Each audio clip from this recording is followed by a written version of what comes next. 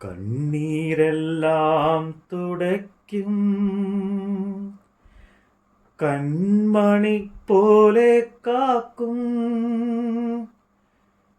കാർമേഘം പോലെ കഷ്ടങ്ങൾ വന്നാലും കനിവോടെ നിന്നെ കാത്തിടും താൻ. യേശു വിളിക്കുന്നു, യേശു വിളിക്കുന്നു, സ്നേഹമോടെ തൻ കരങ്ങൾ നീട്ടി യേശു വിളിക്കുന്നു, സ്നേഹമോടെ തൻ കരങ്ങൾ നീട്ടി യേശു വിളിക്കുന്നു. ഉൽപ്പത്തി പുസ്തകം അധ്യായം 6.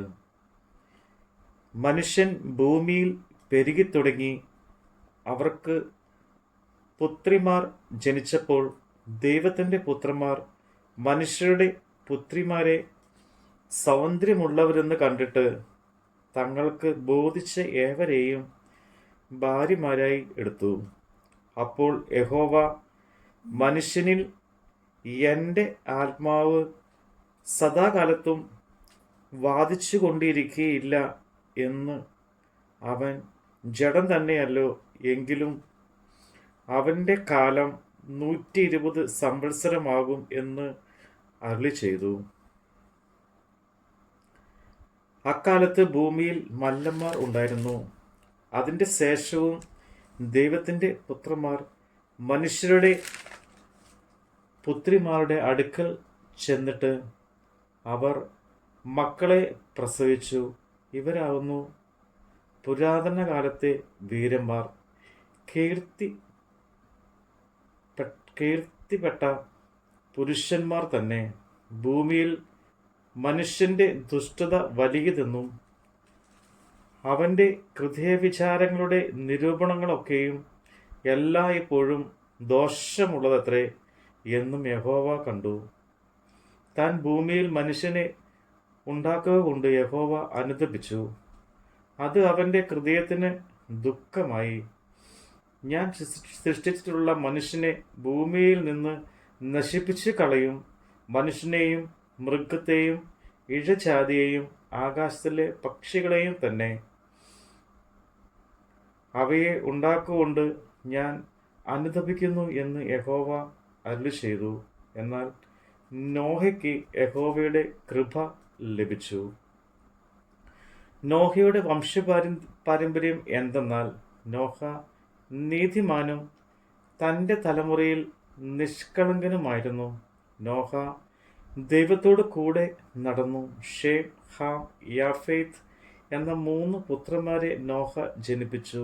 എന്നാൽ ഭൂമി ദൈവത്തിൻ്റെ മുമ്പാകെ വഷളായി. ഭൂമി അതിക്രമം കൊണ്ട് നിറഞ്ഞിരിക്കുന്നു. ദൈവം ഭൂമിയെ നോക്കി, അത് വഷളായി എന്ന് കണ്ടു.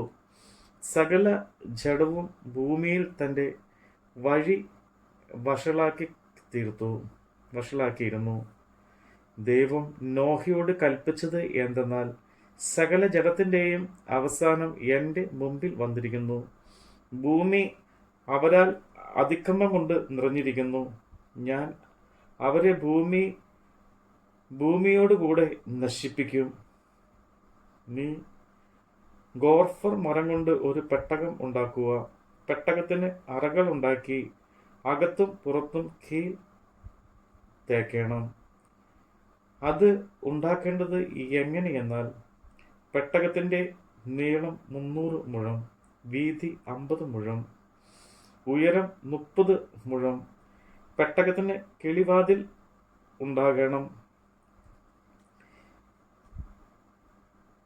മേൽ നിന്ന് 1 മുഴം താഴെ അതിനെ വെക്കണം. പെട്ടകത്തിൻ്റെ വാതിൽ അതിൻ്റെ അകത്ത് വെക്കണം. താഴത്തേതും രണ്ടാമത്തേതും മൂന്നാമത്തെയും തട്ടായി അതിനെ ഉണ്ടാക്കണം. ആകാശത്തിൽ കീഴിൽ നിന്നും ജീവനുള്ള സർവ ജഡത്തെയും നശിപ്പാൻ ഞാൻ ഭൂമിയിൽ ഒരു ജലപ്രളയം വരുത്തും. ഭൂമിയിലുള്ളതൊക്കെയും നശിച്ചു പോകും. നിന്നോടോ ഞാൻ ഒരു നിയമം ചെയ്യും.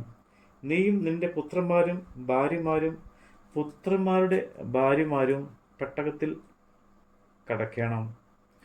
സകല ജീവികളിൽ നിന്നും സർവ ജഡങ്ങളിൽ നിന്നും തന്നെ ഈരണ്ടായി തന്നെ നിന്നോടുകൂടെ ജീവരക്ഷയ്ക്കായിട്ട് പെട്ടകത്തിൽ കയറ്റണം.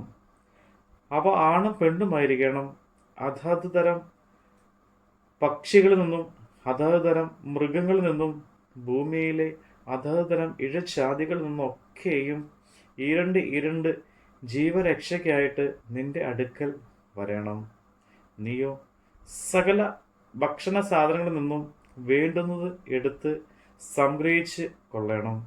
അത് നിനക്കും അവയ്ക്കും ആഹാരമായിരിക്കേണ്ടതിനും ദൈവം നിന്നോട് കൽപ്പിച്ചതൊക്കെയും നോഹ ചെയ്തു. ദൈവം തന്നോട് കൽപ്പിച്ചതൊക്കെയും നോഹ ചെയ്തു. അങ്ങനെ തന്നെ അവൻ ചെയ്തു. നമ്മുടെ കർത്താവിൻ്റെ വചനമാണ് നമ്മൾ കേട്ടത്. ആകുലവേളകളിൽ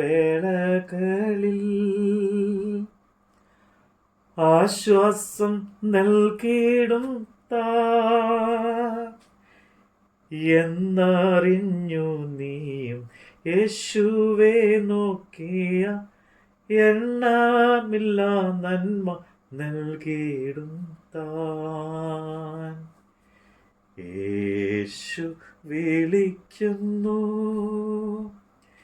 യേശു വിളിക്കുന്നു,